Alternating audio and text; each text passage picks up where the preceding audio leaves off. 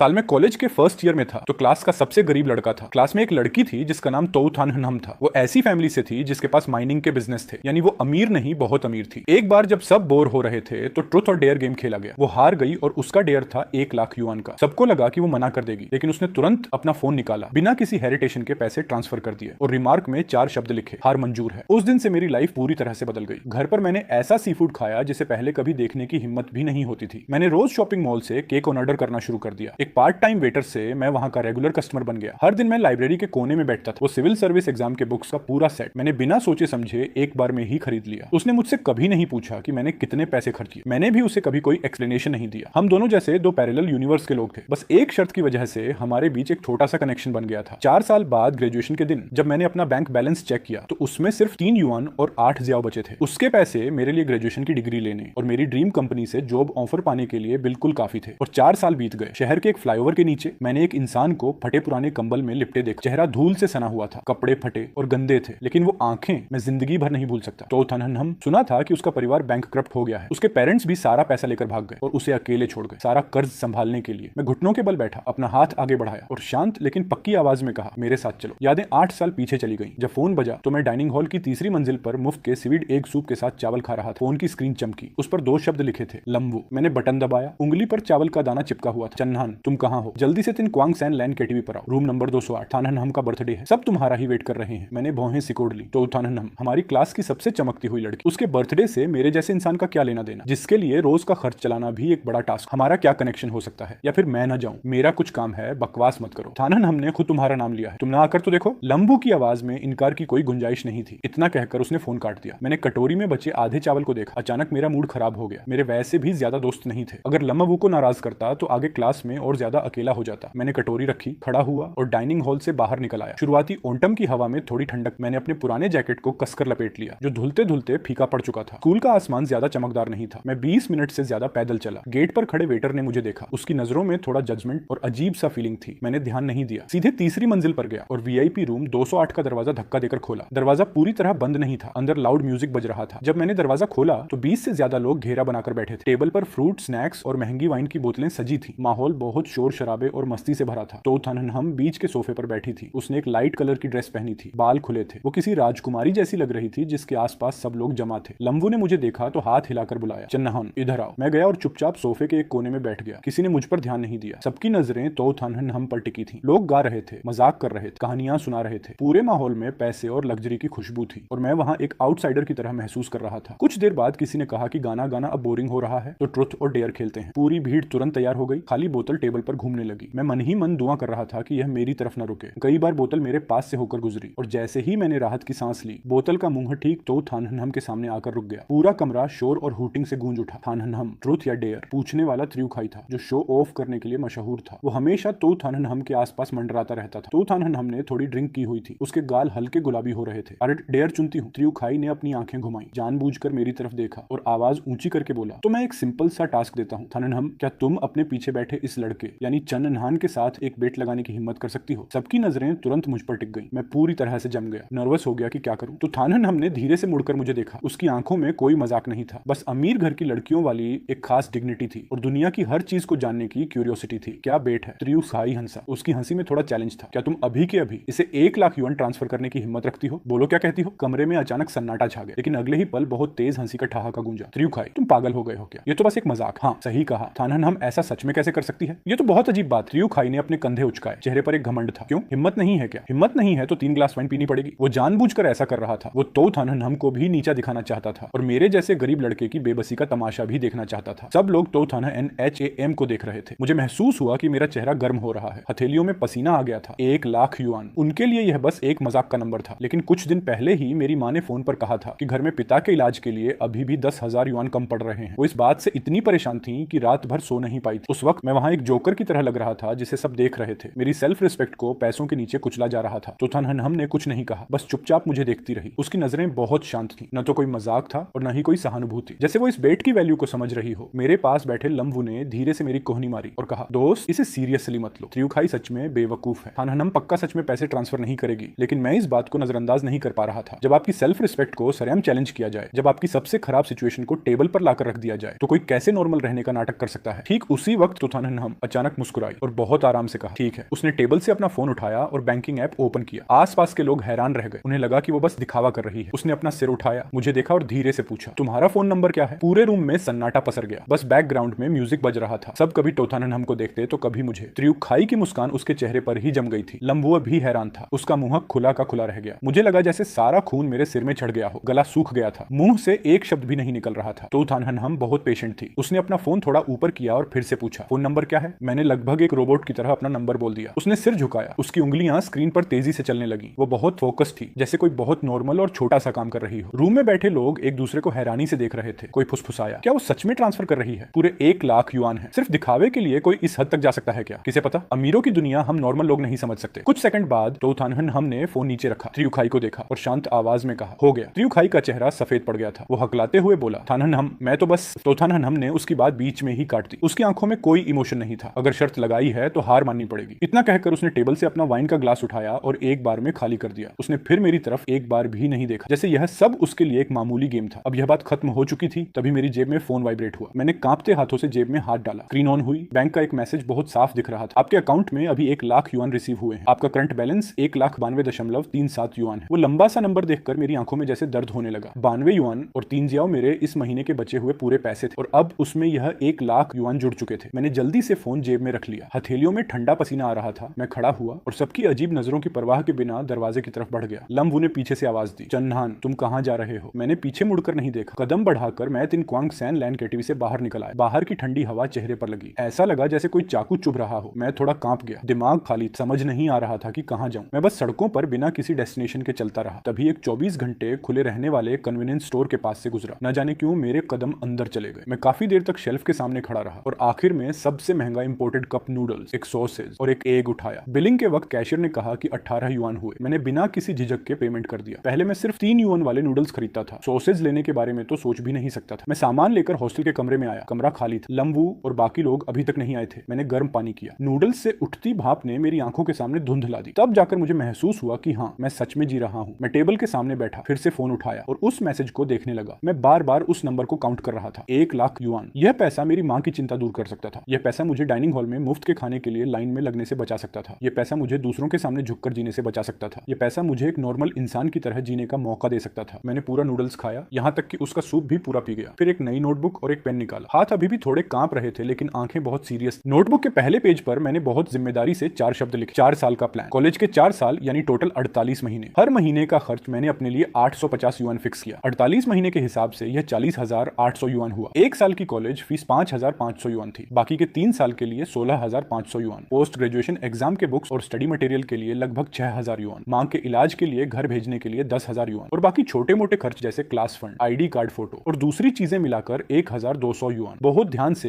एक एक चीज का हिसाब लगाने पर टोटल खर्च 74,500 युआन आया। बाकी बचे 25,500 युआन को मैंने इमरजेंसी फंड के रूप में रखा, जिसे बहुत ज्यादा जरूरत पड़ने पर ही हाथ लगाना था। मैंने हर एक खर्च को बहुत साफ साफ नोट कर लिया। मुझे पता था कि यह 1 लाख युआन आसमान से नहीं टपके थे। ये वो पैसा था जो टोथानन एक शर्त में हारी थी, और यही पैसा मेरे अगले 4 सालों की लाइफलाइन था। मुझे इसका सही यूज करना था। इस पैसे की मदद से अपना ग्रेजुएशन पूरा करना था, डिग्री लेनी थी, एक अच्छी जॉब ढूंढनी थी, और फिर ये पूरा पैसा इंटरेस्ट के साथ उसे वापस करना था। मुझे अपनी उस सेल्फ रिस्पेक्ट को वापस पाना था जिसे कुचला गया था। जब मैंने आखिरी लाइन लिखी तो सुबह होने वाली थी। खिड़की के बाहर सुबह की पहली किरण दिख रही थी। मैंने नोटबुक में लिखे उस पूरे प्लान को देखा। मेरा मन बहुत शांत था, जैसे मुझे अपनी आगे की जर्नी का रास्ता मिल गया हो। अगले दिन जब मैं क्लास के लिए बिल्डिंग के गेट पर पहुंचा तो टोथानन वहां कुछ लड़कियों के साथ हंसकर बात कर रही थी। उसने एक व्हाइट कलर की ड्रेस पहनी थी जो केटीवी वाले लुक से बिल्कुल अलग थी। वो हमेशा की तरह बहुत अट्रैक्टिव लग रही थी। उसने मुझे देखा तो वो पल भर के लिए रुकी। उसकी आंखों में एक छोटा सा सरप्राइज दिखा जो तुरंत गायब हो गया और वो फिर से नॉर्मल हो गई, जैसे कुछ हुआ ही ना हो। वो मुड़ी और अपनी फ्रेंड्स से बात करने लगी। मैंने भी अपना सिर झुकाया और तेजी से क्लास की तरफ बढ़ गया। मेरी हिम्मत नहीं हुई कि उसे दोबारा देखूं। हमारे बीच 1 लाख युआन का फासला था और बस वो पैसा ही था। हमारे बीच कोई और एक्स्ट्रा फीलिंग नहीं थी, बस एक अजीब सी शर्त और एक प्रॉमिस था जिसे मुझे पूरा करना था। हमारे बीच अब भी 90,000 युआन का अंतर था, हमारे स्टेटस का अंतर था और एक साइलेंट एग्रीमेंट था। मुझे पता था कि वो इस बारे में बात नहीं करना चाहती और मैं भी नहीं चाहता था। हम दोनों पैरेलल लाइंस की तरह थे, अपनी अपनी लाइफ के ट्रैक पर चल रहे थे बिना एक दूसरे को डिस्टर्ब किए। लेकिन उस एक अजीब सी बात की वजह से हमारे बीच एक ऐसा कनेक्शन बन गया था जिसे तोड़ा नहीं जा सकता था। मेरी लाइफ धीरे धीरे बदलने लगी थी। सबसे पहला चेंज मेरे खाने पीने में आया। मैं अब तीसरी मंजिल पर मुफ्त का सूप लेने नहीं जाता था, बल्कि दूसरी मंजिल पर फ्राइड राइस के काउंटर पर जाता था। मैं 30 युआन वाला सी फूड राइस ऑर्डर करता था। पहली बार जब मैंने ऑर्डर किया तो काउंटर पर खड़ी लेडी थोड़ी देर के लिए रुकी। उसने मुझे 2 बार देखा। शायद उसे यकीन नहीं हो रहा था कि जो लड़का हमेशा मुफ्त का खाना खाता था, वो आज इतना महंगा फूड ऑन ऑर्डर कर रहा है। मैंने बिना किसी एक्सप्रेशन के पैसे दिए और अपना खाना लेकर एक कोने की टेबल पर चला गया। मैं बहुत धीरे धीरे खाता था, हर एक निवाले की वैल्यू समझता था। ये वो खाना था जो मैंने अपनी सेल्फ रिस्पेक्ट के बदले पाया था। इसे वेस्ट नहीं किया जा सकता था। शाम को माँ का फोन आया। उनकी आवाज में अब भी वही चिंता थी। त्युयिन, तुम्हारे पिता की दवा के पैसों के लिए मैं दूसरों से उधार मांगने गई थी, लेकिन किसी ने नहीं दिया। अब क्या करें? माँ, अब किसी से मत मांगो, मेरे पास पैसे हैं। मेरी आवाज बहुत नॉर्मल थी। मैंने पूरी कोशिश की कि मैं कॉन्फिडेंट साउंड करूं। दूसरी तरफ से काफी देर तक सन्नाटा रहा। फिर माँ की रोने जैसी आवाज आई। तुम्हारे पास इतने पैसे कहां से आए? तुमने बाहर कोई गलत काम तो नहीं किया ना? मुझे तुम्हारे पैसे नहीं चाहिए, तुम बस अपनी पढ़ाई पर ध्यान दो। माँ, आप फिक्र मत करो, मैंने कोई गलत काम नहीं किया है। कॉलेज से नेशनल स्कॉलरशिप मिली है जो पूरे 10,000 युआन की है, और कुछ पैसे मैंने पार्ट टाइम जॉब से बचाए थे। सब मिलाकर काफी है। मैंने बिना पलक झपकाए झूठ बोल दिया। मैं माँ को सच नहीं बता सकता था क्योंकि मैं उन्हें परेशान नहीं करना चाहता था, और मैं नहीं चाहता था कि उन्हें लगे कि मैंने किसी की मदद लेकर अपनी डिग्निटी खो दी है। फोन रखने के बाद मैं तुरंत बैंक गया और 10,000 युआन ट्रांसफर कर दी। जब मैं बैंक से बाहर आया तो आसमान बहुत साफ था। मैंने ऊपर देखा और महसूस किया कि दिल पर जो एक बड़ा बोझ था वो आखिरकार हट गया है। नोटबुक में लिखी पहली लाइन को मैंने धीरे से काट दिया। उसके बाद से मैंने होम ट्यूशन पढ़ाना बंद कर दिया और डाइनिंग हॉल में हेल्प करना भी छोड़ दिया। अब मेरा पूरा टाइम सिर्फ पढ़ाई के लिए था। हर सुबह मैं सबसे पहले लाइब्रेरी पहुंचता था और रात को सबसे आखिर में वहां से निकलता था। मैं बुक्स के ढेर में डूबा रहता था, उन मोटी मोटी स्पेशलाइज्ड बुक्स को पढ़ता और उन पर बारीक नोट्स बनाता था। ये सब सिर्फ इसलिए था क्योंकि मैं post graduation entrance exam clear करना चाहता था ताकि एक अच्छी जॉब ढूंढ सकूं और जल्द से जल्द तोथानहनहम का सारा कर्ज चुका सकूं। मैं और तोथानहनहम अभी भी एक ही क्लास में थे। जब कोई बड़ा लेक्चर होता तो वो सबसे आगे की सीट पर बैठती थी और मैं सबसे पीछे की सीट पर बैठकर दूर से उसकी पीठ को देखता था। कभी खुद से उसके पास जाने की कोशिश नहीं की। जब छोटे लेक्चर्स होते तो कभी कभी हमें एक ही ग्रुप में डाल दिया जाता था, लेकिन उसने मुझसे कभी बात नहीं की और मैंने भी कभी खुद से बात शुरू नहीं की। हम दोनों जैसे सबसे जाने पहचाने अजनबी बन चुके थे। एक बार ग्रुप डिस्कशन का असाइनमेंट मिला जिसमें 2 लोगों को मिलकर एक रिपोर्ट तैयार करनी थी। प्रोफेसर ने रैंडमली ग्रुप्स बांटे और मुझे और उसे एक ही ग्रुप में रख दिया। ग्रुप के बाकी लोग हमारी तरफ बड़े अजीब इशारों से देख रहे थे। शायद उन्हें उस दिन केटीवी वाली बात याद आ गई थी। क्लास में इस तरह की कई फालतू अफवाहें चुपचाप फैल रही थी। कुछ लोग कहते थे कि हम रिलेशनशिप में हैं, कुछ कहते थे कि वो मेरा खर्च उठा रही है, तो कुछ कहते थे कि वो मुझे बस टाइम पास के लिए एक खिलौना समझती है। तो तोथानहनहम ने इन अफवाहों पर कोई ध्यान नहीं दिया और न ही उसने ग्रुप के लोगों की नजरों को नोटिस किया। उसने बस मेरी तरफ देखा, मुस्कुराई और कहा, तुम आखिरी के 3 पेजेस का कंटेंट संभाल लेना, बाकी का हिस्सा मैं देख लूंगी। ठीक है, मैंने सिर हिलाया और उससे ज्यादा कुछ नहीं कहा। उस पूरे प्रोसेस के दौरान हमारे बीच काम के अलावा कोई बातचीत नहीं हुई। डेटा मैंने कलेक्ट किया और पीपीटी मैंने तैयार की। प्रेजेंटेशन के दिन के पास मैंने वो पूरी फाइल उसे सेंड कर दी। उसने बस 2 शब्दों में रिप्लाई किया, रिसीव्ड। अगले दिन जब हम स्टेज पर गए तो मैंने अपना पार्ट प्रेजेंट किया और उसने अपना। हमारा तालमेल बहुत परफेक्ट तो नहीं कहा जा सकता था, लेकिन कोई गलती भी नहीं हुई। प्रोफेसर ने हमें काफी अच्छे मार्क्स दिए। स्टेज से उतरने के बाद वो आगे चल रही थी और मैं उसके पीछे पीछे था। जब हम क्लास के गेट के पास पहुंचे तो वो अचानक रुकी और धीरे से मुड़कर मुझे देखा। अच्छा काम किया। केटीवी वाली उस रात के बाद उसने मुझसे यह पहली बात कही थी। ये न तो कोई सवाल था और न ही कोई रिक्वेस्ट, बस एक बहुत ही नॉर्मल और न्यूट्रल सा असेसमेंट था जिसमें कोई इमोशन नहीं था। उसने बस सिर हिलाया जैसे काम खत्म हो गया हो और बिना एक शब्द और बोले मुड़कर चली गई। उसकी पीठ में आज भी वही पुराना कॉन्फिडेंस और एटीट्यूड था, बिल्कुल उस केटीवी वाली रात की तरह। ऐसा लगता था कि वो 1 लाख युआन उसके लिए सच में एक मामूली खेल था जिस पर उसने कभी ध्यान नहीं दिया, लेकिन मैंने दिया था। मैं किसी भी और से ज्यादा उस पर ध्यान दे रहा था। वो 1 लाख युआन मेरी सेल्फ रिस्पेक्ट की कीमत थी। मैं उसे एक खेल की तरह नहीं ले सकता था। मैं हॉस्टल लौटा, अपनी 4 साल के प्लान वाली नोटबुक खोली और ग्रेजुएशन के बाद के शहर वाले कॉलम में जहां तोथानहनहम का नाम था वहां मैंने 4 शब्द लिखे, एक बार का कोलैबोरेटिव वर्क, और फिर उसे बहुत जोर लगाकर एक एक लाइन करके काट दिया। ये मेरे लिए एक रस्म की तरह था, खुद को यह याद दिलाने के लिए कि मेरे और उसके बीच उस 1 लाख युआन की शर्त के अलावा और कुछ नहीं है। कोई दोस्ती नहीं, कोई एहसान नहीं, बस एक कर्ज से मुक्ति का रास्ता था जिसे मुझे हर हाल में पूरा करना था। कॉलेज के 2nd ईयर में मैंने अपनी दिन रात की मेहनत के दम पर 9,000 युआन की नेशनल स्कॉलरशिप हासिल की। इस पैसे को मैंने छुआ तक नहीं, बल्कि उसे पूरी तरह से एक दूसरे बैंक अकाउंट में सेव कर दिया। ये मेरी प्लानिंग से अलग एक एक्स्ट्रा इनकम थी और मेरा कर्ज चुकाने के प्लान का पहला फंड था। मैं अभी भी अपने 4 साल के प्लान को बहुत सीरियसली फॉलो कर रहा था। हर महीने का खर्च 850 युआन, न 1 पैसा ज्यादा न 1 पैसा कम। मैं एक छोटी सी डायरी में अपने हर एक खर्च को नोट करता था, एक एक पैसे का हिसाब रखता था। 1.8 युआन का पेन खरीदा, 13 युआन का खाना खाया, 20 युआन क्लास फंड में दिए, यहाँ तक कि 2 युआन की पानी की बोतल का खर्च भी डायरी में जगह पाता था। लम्बू अक्सर मेरा मजाक उड़ाता था, थमयेन तुम बिल्कुल एक रोबोट की तरह जीते हो, अब तुम्हारे पास पैसों की कमी नहीं है तो इतना कंजूस होने की क्या जरूरत है, ये सब करके तुम्हें क्या मिलता है। मैं उसे समझा नहीं सकता था, वो नहीं समझता था और कभी समझ भी नहीं सकता था। वो 1 लाख युआन मेरे लिए सिर्फ पैसे नहीं थे, वो मेरे गले में कसी हुई एक रस्सी की तरह जिसका दूसरा छोर तोथानहनहम के हाथ में था। जब तक मैं खुद अपनी मेहनत से इस रस्सी को काट नहीं लेता तब तक मैं खुलकर सांस नहीं ले सकता था और न ही सच में सिर उठाकर जी सकता था। 2nd ईयर के 2nd सेमेस्टर में कॉलेज का स्पोर्ट्स मीट हुआ और हर क्लास के लिए कुछ कंपलसरी रजिस्ट्रेशन का कोटा था। प्रोफेसर को 3000 मीटर की रनिंग के लिए कोई नहीं मिल रहा था तो लंबू ने चुपके से मेरा नाम लिखवा दिया। थमयेन तुम रोज या तो लाइब्रेरी जाते हो या ग्राउंड में रनिंग करते हो, तुम्हारी फिटनेस पक्का बहुत अच्छी होगी, क्लास की इज्जत के लिए इतना तो कर ही सकते हो ना। लंबू ने थोड़े मजबूर होकर कहा। मैंने मना नहीं किया, रनिंग करने में कोई पैसा नहीं लगता था, उल्टा इससे हेल्थ अच्छी होती और इच्छा शक्ति मजबूत होती थी। मेरे लिए यह कोई बुरी बात नहीं थी। रेस के दिन मौसम बहुत गर्म था, सूरज जमीन को झुलसा रहा था और हवा में एक भारी परेशान करने वाली गर्मी थी। मैंने सबसे नॉर्मल स्पोर्ट्स शॉर्ट और एक सैंडो पहना और स्टार्टिंग लाइन पर आ गया। मेरे आसपास के बाकी स्टूडेंट्स प्रोफेशनल स्पोर्ट्स गियर और ब्रांडेड कपड़ों में थे। उनके बीच में बहुत अलग और अजीब लग रहा था। जैसे ही स्टार्टिंग गन की आवाज हुई, मैं बाकी लोगों की तरह तेजी से नहीं भागा। मैंने बस अपनी एक स्पीड मेंटेन की और धीरे धीरे ट्रैक पर आगे बढ़ने लगा। मुझे कोई रैंक नहीं चाहिए थी, मुझे बस इस रेस को सेफली पूरा करना था, बिल्कुल वैसे ही जैसे मैं अपनी लाइफ को जी रहा था, बिना किसी जल्दबाजी के, बस एक एक कदम मजबूती से आगे बढ़ाना। धूप बहुत तेज थी, पसीना जल्दी ही मेरे सैंडो को गीला कर चुका था। गालों से बहकर वो ट्रैक पर गिर रहा था और तुरंत भाप बनकर उड़ रहा था। आखिरी राउंड तक आते आते मेरी पूरी एनर्जी खत्म हो चुकी थी। पसीने की वजह से आंखों के सामने धुंधला छा गया था। फेफड़ों में ऐसी जलन थी जैसे अंदर आग लगी हो। पैर इतने भारी थे जैसे उनमें लोहा बांध दिया गया हो और हर एक कदम के लिए मुझे अपनी पूरी ताकत झोंकनी पड़ रही थी। जब मैं स्टैंड्स के पास से गुजरा तो मैंने अनजाने में ऊपर देखा। तोतनहम वहां स्टूडेंट काउंसिल के मेंबर्स के साथ उनकी यूनिफॉर्म पहने बैठी थी। उसने एक व्हाइट कैप लगाई थी, वो बिल्कुल सीधी बैठी थी और उसका ऑरा सबसे अलग था। वो अपने पास बैठे किसी इंसान से बात कर रही थी। उसके चेहरे पर एक हल्की सी मुस्कान थी। धूप में उसकी आंखें चमक रही थी। उसकी स्किन इतनी फेयर थी कि वो चमक रही थी, इतनी कि उसकी तरफ देखना भी मुश्किल था। वो ट्रैक की तरफ नहीं देख रही थी, उसने मेरी तरफ नहीं देखा और न ही उसे इस कंपटीशन से कोई मतलब था। उसकी दुनिया में यह रेस जिसके लिए मुझे अपनी जान लगानी पड़ रही थी, शायद उसकी सहेलियों के साथ एक नॉर्मल बातचीत से भी कम इंपॉर्टेंट थी। मैंने अपनी नजरें हटा ली। दिल में जो एक अजीब सी कड़वाहट थी उसे दबाया और दांत भींच कर आगे दौड़ता रहा। मुझे पता था कि मेरे और उसके बीच का फासला भी इस 3000 मीटर के ट्रैक जैसा ही था। मैं यहाँ नीचे अपनी पूरी जान लगाकर पसीने से लथपथ होकर संघर्ष कर रहा था और वो हमेशा की तरह उस ऊंचे मुकाम पर बैठी थी जहां धूल का एक कण भी उसे छू नहीं सकता था। जैसे ही मैंने फिनिश लाइन पार की, मैं सीधे जमीन पर गिर गया और जोर जोर से सांसें लेने लगा। पूरी बॉडी जैसे बेजान हो चुकी थी, यहाँ तक कि हाथ उठाकर पसीना पोंछने की ताकत भी नहीं बची थी। लंबू तुरंत दौड़कर मेरे पास आया, मुझे सहारा देकर उठाया और पानी की एक बोतल मेरी तरफ बढ़ाई। आवाज में बहुत ज्यादा सरप्राइज था। मलेशिया या कहीं और। वैसे चंद्रकांत, तुम तो कमाल हो यार, 4th रैंक, बस थोड़ा सा और रह जाता तो कोई मेडल मिल जाता। सच में तुम्हारा स्टेमिना बहुत अच्छा है। मैंने पानी की बोतल ली, उसका ढक्कन खोला और बड़े बड़े घूंट भरने लगा। मेरे मुंह से एक शब्द भी नहीं निकल पा रहा था, बस मेरी भारी सांसों की आवाज गूंज रही थी। मैंने पोडियम की तरफ देखा। सुमित अब वहां नहीं था, बस एक खाली सीट बची थी। दिल में अचानक एक अजीब सा खालीपन महसूस हुआ, लेकिन साथ ही थोड़ी राहत भी मिली। हम दोनों वैसे भी एक ही दुनिया के नहीं हैं, हमारे बीच ज्यादा कनेक्शन नहीं होना चाहिए। मैं वापस अपने हॉस्टल आ गया। मैंने अपनी 4 साल की प्लानिंग वाली डायरी खोली और उसके डेट रीपेमेंट वाले पेज पर गया। मैंने बहुत सीरियस होकर वहां एक नया टारगेट लिखा। स्टार्टिंग अमाउंट 9000 था और अब गोल पूरे 1 लाख का था। यह अब कोई हवाई सपना नहीं था और न ही कोई ऐसा टारगेट था जिसे अचीव न किया जा सके। मैंने अपनी पहली सीढ़ी चढ़ ली थी। मुझे आगे बढ़ने का रास्ता मिल गया था। बस अगर मैं लगातार मेहनत करता रहा तो एक दिन यह पूरा कर्ज चुका दूंगा। तब मैं उसके सामने अपना सिर ऊंचा करके गर्व से खड़ा हो सकूंगा। समय बहुत तेजी से बीतने लगा। मेरी लाइफ जैसे पूरी तरह प्रोग्राम्ड हो चुकी थी। वही बोरिंग और तय रूटीन, क्लास जाना, खाना खाना, लाइब्रेरी जाना। दिन के बाद दिन और साल के बाद साल बीतते गए। मैं कॉलेज के सोशल इवेंट्स में बहुत कम हिस्सा लेता था और किसी से बात भी नहीं करता था। क्लास के ज्यादातर स्टूडेंट्स को मेरी इस अकेले रहने की आदत की अब समझ आ चुकी थी। वे बस इतना जानते थे कि चंद्रकांत एक सन की लड़का है जिसका एकेडमिक रिकॉर्ड बहुत डरावना है, जो शांत और अकेला रहता है लेकिन बहुत हार्ड वर्किंग है। सिर्फ मुझे पता था कि मैं रुक नहीं सकता था और न ही मुझे रुकना चाहिए था। मुझे डर था कि अगर मैं रुका तो यह भारी कर्ज मुझे कुचल देगा। डर था कि अगर मैं रुका तो फिर से उसी पुरानी गरीबी में लौट जाऊंगा। उस बेबस और कमजोर वाले खुद से डर लगता था। डर था कि मुझे इस कर्ज को चुकाने का मौका फिर कभी नहीं मिलेगा। मुझे अपनी सेल्फ रिस्पेक्ट को वापस पाना था। कॉलेज का तीसरा साल आ गया था। अपने अच्छे परफॉर्मेंस की वजह से मुझे एक प्रोफेसर का सपोर्ट मिला और मैंने उनके साथ एक रिसर्च प्रोजेक्ट पर काम करना शुरू कर दिया। हर महीने मुझे 600 का स्टाइपेंड मिलता था। ये अमाउंट बहुत बड़ा नहीं था, लेकिन मेरे लिए ये एक एक्स्ट्रा इनकम थी। इससे मेरी रीपेमेंट प्लानिंग को थोड़ी और स्पीड मिल सकती थी। इसके अलावा मैं अपने फ्री टाइम का यूज करके ऑनलाइन वीडियो एडिटिंग का पार्ट टाइम जॉब भी करने लगा। ये काम बहुत थका देने वाला था। अक्सर मुझे देर रात तक जागना पड़ता था, कभी कभी तो पूरी रात ही निकल जाती थी। लेकिन जब भी मैं अपने अकाउंट में बैलेंस को धीरे धीरे बढ़ते हुए देखता था तो मेरे दिल को बहुत सुकून मिलता था। हर महीने मेरे उस स्पेशल अकाउंट में 1-2 हजार और जुड़ जाते थे। भले ही ये ज्यादा नहीं था, लेकिन बूंद बूंद से ही घड़ा भरता है और एक दिन पूरे 1 लाख जमा हो ही जाएंगे। सुमित की लाइफ में जैसे कभी कुछ नहीं बदलता था। वह हमेशा की तरह सेंटर ऑफ अट्रैक्शन बना रहता था। जहां भी जाता लोग उसे ही देखते थे। वह हमेशा महंगे और स्टाइलिश कपड़े पहनता था और कॉलेज आने के लिए एक ऐसी कार यूज करता था जिसका ब्रांड भी समझ नहीं आता था। उसके आसपास हमेशा दोस्तों का एक बड़ा ग्रुप रहता था। हर तरफ हंसी मजाक होता था, जैसे उसे लाइफ में कभी कोई टेंशन ही ना हुई हो। हमारे बीच अभी भी कोई बातचीत नहीं होती थी, बस कभी कभी रास्ते में आमना सामना हो जाता था। उसकी नजरें मुझ पर पड़ती थी, पर 1 सेकंड से ज्यादा नहीं रुकती थी। वह लुक बहुत अजनबी सा होता था, जैसे किसी जाने पहचाने स्ट्रेंजर को देख रहा हो। मैंने इस डिस्टेंस को बहुत आराम से एक्सेप्ट कर लिया था। हम दोनों अलग अलग दुनिया के थे, जैसे दिन और रात, जिनका आपस में कभी कोई क्रॉसिंग पॉइंट नहीं हो सकता। वह 1 लाख का अमाउंट बस एक एक्सीडेंट था और एक तरह की डील थी। उसने एक बड़ी बाजी जीतने के लिए पैसों का यूज किया था और मैंने अपनी सेल्फ रिस्पेक्ट और अपने आने वाले 4 साल दांव पर लगा दिए ताकि अपनी किस्मत बदलने का एक चांस पा सकूं। इस समय यह डील अभी भी चालू थी। मैं इस डील में एक बराबर का पार्टनर बनने के लिए पूरी कोशिश कर रहा था। अब कॉलेज का लास्ट ईयर आ चुका था। क्लासेस और सब्जेक्ट सब काफी कम हो गए थे। हर कोई अपने फ्यूचर को लेकर लेकर बिजी हो गया था। कोई पोस्ट ग्रेजुएशन की तैयारी कर रहा था, कोई गवर्नमेंट जॉब के लिए पढ़ रहा था, तो कोई जॉब ढूंढ रहा था। हॉस्टल के कॉरिडोर्स में हर दिन इंटरव्यू कॉल्स की आवाजें आती रहती थी। कभी कभी स्ट्रेस की वजह से रोने की आवाजें भी सुनाई देती थी। मैं भी बहुत बिजी था। एक तरफ मुझे अपना ग्रेजुएशन प्रोजेक्ट पूरा करना था और दूसरी तरफ प्रोफाइल रेडी करके इंटरव्यूज देने थे। कुछ टॉप टेक कंपनीज के लिए मेरी 4 साल की प्लानिंग अब अपने एंड पर थी। डायरी में एक एक खर्चे का रिकॉर्ड बहुत क्लियरली लिखा हुआ था। उस 1 लाख के अमाउंट का मैंने पूरा यूज कर लिया था। मैंने उस पैसे को अपने माइंड को डेवलप करने में लगाया, अपनी बेसिक डिग्निटी को बनाए रखने के लिए यूज किया और अपनी फैमिली को मुश्किल समय से बाहर निकाला। मैंने राहुल से सुना कि सुमित अब अब्रॉड जाने वाला है। उसकी फैमिली ने उसके लिए पहले से ही सब कुछ सेट कर दिया था। वह आगे की रिसर्च के लिए फॉरेन की एक टॉप यूनिवर्सिटी में जा रहा था और ग्रेजुएशन के बाद सीधे एक बड़ी कंपनी ज्वाइन करने वाला था। वह सच में एक रियल लाइफ विनर था। मैंने बस अपना सिर हिलाया और मुझे कुछ खास फील नहीं हुआ। ये तो वही रास्ता था जिस पर उसे जाना ही था। इतना अमीर बैकग्राउंड और गॉड गिफ्टेड टैलेंट, उसका फ्यूचर तो ऐसा ही ब्राइट होना चाहिए था। एक नॉर्मल दोपहर की बात है। मैं लाइब्रेरी से बाहर निकला और अपने प्रोजेक्ट को ठीक करने के लिए हॉस्टल की तरफ जा रहा था। जब मैं कॉलेज की आर्टिफिशियल लेक के पास से गुजरा तो मेरी नजर एक जाने पहचाने चेहरे पर पड़ी। वह सुमित था। वह लेक के किनारे एक बेंच पर अकेला बैठा था। उसके साथ कोई फॉलोअर्स नहीं थे, कोई दोस्त नहीं थे, आसपास सब कुछ खाली था। ये उसके उस रेगुलर लुक से बिल्कुल अलग था जिसमें वह हमेशा लोगों से घिरा रहता था। वह बिल्कुल एक अलग इंसान लग रहा था। उसने एक सिंपल व्हाइट शर्ट पहनी थी और कोई शो ऑफ नहीं था। उसके बाल बिखरे हुए थे और वह खोया हुआ सा पानी की तरफ देख रहा था। डूबते सूरज की रोशनी उस पर पड़ रही थी जिससे उसके चारों तरफ एक गोल्डन लेयर बन गई थी। इस नजारे ने उसके डेली एटीट्यूड और ईगो को थोड़ा कम कर दिया था। उसमें एक अजीब सी सॉफ्टनेस और अकेलापन दिख रहा था। मैंने अपने कदम रोक लिए और थोड़ी दूर एक पेड़ की छांव में खड़ा हो गया। मेरी आगे जाने की हिम्मत नहीं हुई और मैं उसे डिस्टर्ब भी नहीं करना चाहता था। मुझे नहीं पता था कि वह वहां अकेला क्यों बैठा था। भीड़ से दूर इस तरह अकेले खोए रहना, शायद यूनिवर्सिटी के एडमिशन में कोई प्रॉब्लम हुई होगी या शायद दोस्तों से कोई लड़ाई हुई होगी।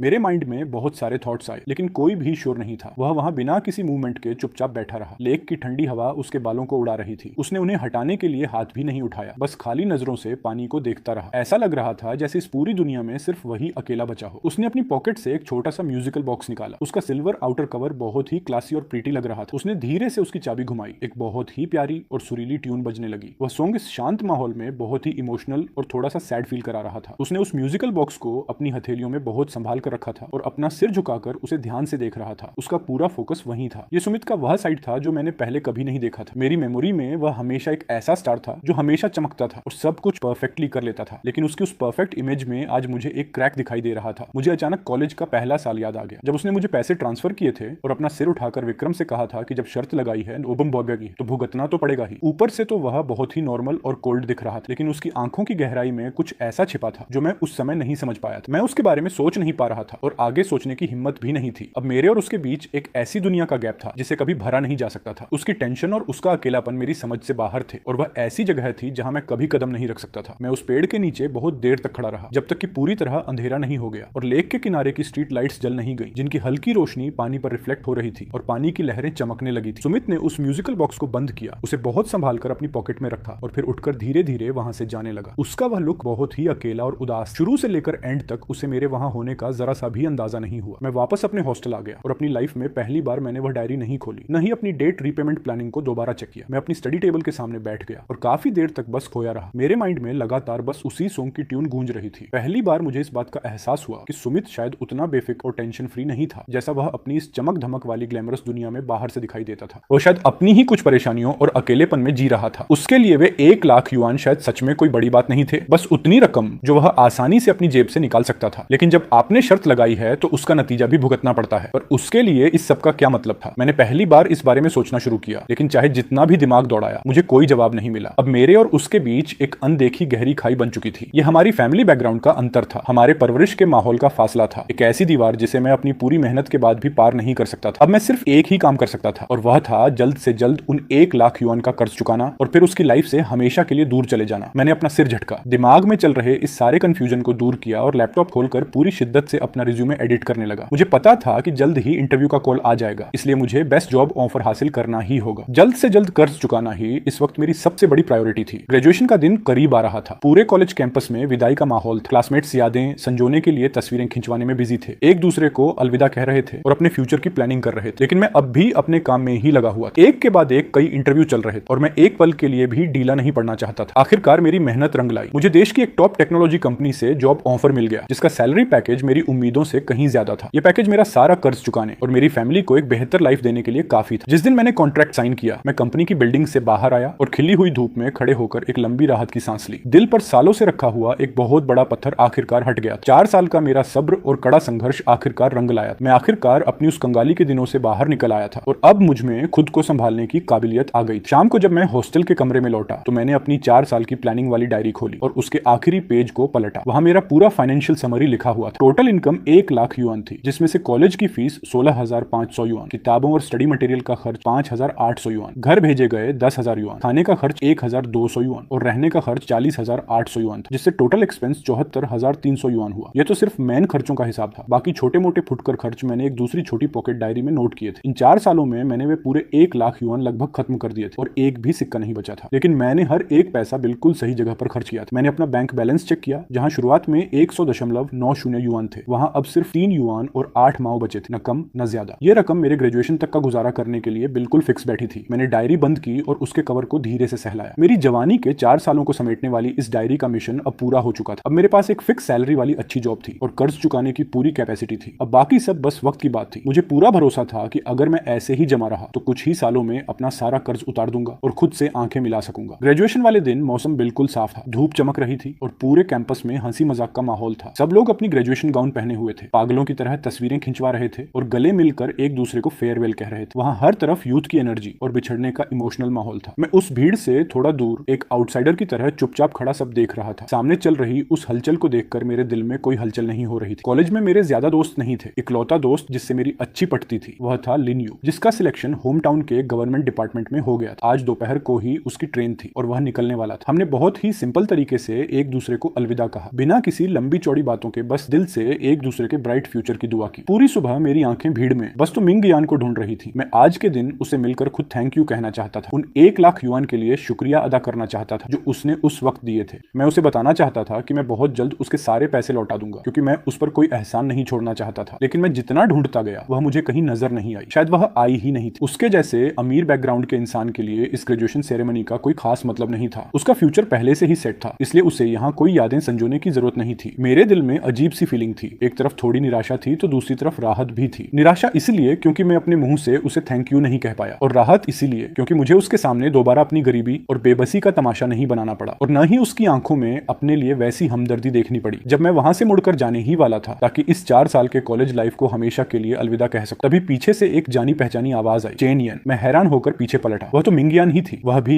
अपनी ग्रेजुएशन गाउन पहने हुए थी। उसके लंबे बाल कंधों पर बिखरे थे और उसने बहुत ही लाइट मेकअप किया था। वह हमेशा की तरह खूबसूरत और अट्रैक्टिव लग रही थी, लेकिन आज उसके चेहरे पर एक अलग सी मासूमियत और नरमी थी। वह थोड़ी दूर पर अकेली खड़ी थी और उसके होठों पर एक हल्की सी मुस्कान थी। कॉन्ग्रेचुलेशन, तुम्हें जॉब ऑफर मिल गया है ना? हाँ, मिल गया है। मैं थोड़ा नर्वस हो गया और समझ नहीं पाया कि आगे क्या बोलूं, इसलिए बस इतना ही शॉर्ट रिप्लाई दिया, बहुत बढ़िया। उसने सिर हिलाया और हमारे बीच एक अजीब सा साइलेंस छा गया। आसपास लोग लगातार आ जा रहे थे, चारों तरफ शोर शराबा था, लेकिन हम दोनों वहां किसी शांत मूवी के एक सीन की तरह बिल्कुल चुपचाप खड़े थे। मैंने पैसों की बात करने के लिए अपना मुंह खोला, लेकिन शब्द गले में ही अटक गए। इंटरनेशनल लेवल के एक नामी कॉलेज में आगे की पढ़ाई के लिए विदेश जाने वाली उस लड़की के सामने, जिसका फ्यूचर एकदम ब्राइट था, मेरा यह रीपेमेंट प्लान कितना छोटा और मजाक जैसा लगता। जब मैं इसी कशमकश में था तभी उसने खुद बात आगे बढ़ाई। उसकी आवाज बिल्कुल नॉर्मल थी, लेकिन उसमें एक ऐसी दूरी थी जिसे छिपाना मुश्किल था। मैं अब निकल रही हूँ। उसने मेरी तरफ देखा। उसकी गहरी आंखों में जैसे बहुत कुछ कहने की तड़प थी, लेकिन आखिरकार उसने कुछ नहीं कहा। वे पैसे तुम्हें लौटाने की कोई जरूरत नहीं है। मैं एकदम सुन्न हो गया। मेरा पूरा शरीर जैसे जम गया और मुझे अपने कानों पर यकीन नहीं हुआ। तुमने क्या कहा? अब लौटाने की जरूरत नहीं है? हाँ, सच में जरूरत नहीं है। उसने सिर हिलाकर अपनी बात दोहराई। उसकी आवाज में अभी भी वही ठहराव था। वह पैसा मैं शर्त में हारी थी, इसलिए उसका तुमसे कोई लेना देना नहीं है और न ही तुम मेरे कर्जदार हो। लेकिन मैं कुछ और कहना चाहता था। उसे बताना चाहता था कि वह पैसा मेरे लिए सिर्फ एक शर्त का हिस्सा नहीं था, बल्कि वह मेरी सेल्फ रिस्पेक्ट की कीमत थी। पिछले 4 सालों की मेरी उम्मीद थी, जिसे मुझे हर हाल में उसे वापस करना ही था। लेकिन उसने मेरी बात बीच में ही काट दी। उसके होठों पर फिर से वही हल्की सी मुस्कान आई। तुम्हें जो कुछ भी चाहिए था वह तुमने अपनी मेहनत से हासिल कर लिया है ना? तुम्हें अब उन पैसों से खुद को साबित करने की कोई जरूरत नहीं है और न ही खुद को मेरा गुनहगार समझने की जरूरत है। इतना कहकर उसने मुझे बोलने का कोई मौका नहीं दिया। वह तुरंत मुड़ी और आगे बढ़ गई। उसके लंबे बाल हवा में लहरा रहे थे और उसकी पीठ में वही पुराना कॉन्फिडेंस और फासला साफ दिख रहा था। वह बिल्कुल वैसी ही लग रही थी जैसी पहली बार मुझे कैफे में मिली थी, लेकिन आज उसके कदमों में एक अलग ही दृढ़ता थी। मैं काफी देर तक वहीं अपनी जगह पर बुत बनकर खड़ा रहा। मेरे हाथों में मेरी डिग्री और ग्रेजुएशन सर्टिफिकेट थे, जो बहुत भारी लग रहे थे, मानो मैंने अपने 4 साल की पूरी जवानी, अपनी सारी जिद और मेहनत को अपने हाथों में थाम रखा। उसने कहा कि मुझे पैसे लौटाने की जरूरत नहीं है। उसने कहा कि मैं जीत गया हूं, लेकिन मेरे दिल का स्वाद और कड़वा हो गया था। मुझे ऐसा लगा जैसे मैंने अपनी लाइफ का कोई बहुत इंपॉर्टेंट हिस्सा खो दिया हो। हमारे बीच का वह कनेक्शन उसने खुद ही एक तरफा फैसला लेकर तोड़ दिया था। अब मेरे पास कर्ज चुकाने का और अपनी नजरों में खुद को सही साबित करने का कोई मौका नहीं बचा था। मैं हमेशा सोचता था कि मेरे गले में बंधी वह कर्ज की जंजीर जंजीर एक बेड़ी है जिसे मैं अपनी पूरी ताकत से तोड़ना चाहता था, लेकिन जब उसने खुद आगे बढ़कर एक झटके में उस डोर को काट दिया तो मुझे एक अजीब सी लाचारी और अकेलेपन का एहसास हुआ। 4 साल का वह सफर खत्म हो चुका था और मेरे और तो मिंगयान के बीच की कहानी भी शायद यहीं खत्म हो गई थी। मुझे लगा कि यही हमारा एंडिंग पॉइंट, अब हम दोनों अपनी अपनी अलग लाइफ में आगे बढ़ जाएंगे और हमारे रास्ते कभी नहीं मिलेंगे। वह विदेश में अपना नाम कमाएगी और मैं अपने देश में कड़ी मेहनत करके अपने दिल का बोझ हल्का करूंगा और सब कुछ ठीक हो जाएगा। मैंने ऐसा ही सोचा था। ऑफिस में काम का मेरा पहला दिन था। बॉस मुझे पूरी कंपनी का राउंड लगवा रहे थे, जहां जमीन से लेकर छत तक बड़े बड़े शीशे के ग्लास लगे थे। खिड़की के बाहर आसमान को छूती ऊंची इमारतें, गाड़ियों की लंबी कतारें और शहर की चकाचौंध साफ दिख रही थी। ऑफिस का हर एक एम्प्लॉय बहुत जल्दबाजी में दौड़ रहा था। उनके चेहरों पर थकान और एक अजीब सा कॉम्पिटिटिव जुनून साफ झलक रहा था। पूरे माहौल में कॉफी और पैसों की महक घुली हुई थी। ये माहौल काफी हद तक 4 साल पहले जैसा ही था, लेकिन इसमें एक बहुत बड़ा अंतर था। वहां पैसा उड़ाने की चीज थी, एक गेम था, स्टेटस सिंबल था, लेकिन यहाँ पैसा मेरे लिए एक टारगेट, लाइफ का फ्यूल था और मेरे दिल के कर्ज को चुकाने का एकमात्र सहारा था। मैंने बहुत जल्दी खुद को इस नए माहौल में ढाल लिया, या यूं कहें कि मैंने कॉलेज के अपने उसी पुराने लाइफस्टाइल को यहाँ भी कंटिन्यू रखा। वही पुराना discipline, high efficiency, clear goal और बिना किसी ढिलाई के लगातार काम करना। बाकी लोग सुबह 9 बजे ऑफिस आते थे, लेकिन मैं 8 बजे ही अपनी सीट पर मिल जाता था और दिन भर का पूरा वर्क प्लान रेडी कर लेता था। लोग शाम को 6 बजे लॉग आउट कर देते थे, लेकिन मैं देर रात तक ओवर टाइम करता था ताकि खुद को और बेहतर बना सकूं और ज्यादा से ज्यादा टास्क पूरे कर सकूं। मेरे कलीग्स मुझे काम का कीड़ा बुलाने लगे थे। शुरू में वे मेरा मजाक उड़ाते थे, लेकिन बाद में उनके दिल में मेरे लिए एक रिस्पेक्ट और डर बैठ गया। मुझे फर्क नहीं पड़ता था कि लोग मेरे बारे में क्या सोचते हैं। मैं बस इतना जानता था कि मुझे जी तोड़ मेहनत करनी है, खूब पैसा कमाना है और जितनी जल्दी हो सके उन 1 लाख युआन को इकट्ठा करना है। भले ही उसने पैसे लेने से मना कर दिया हो, लेकिन मुझे वे पैसे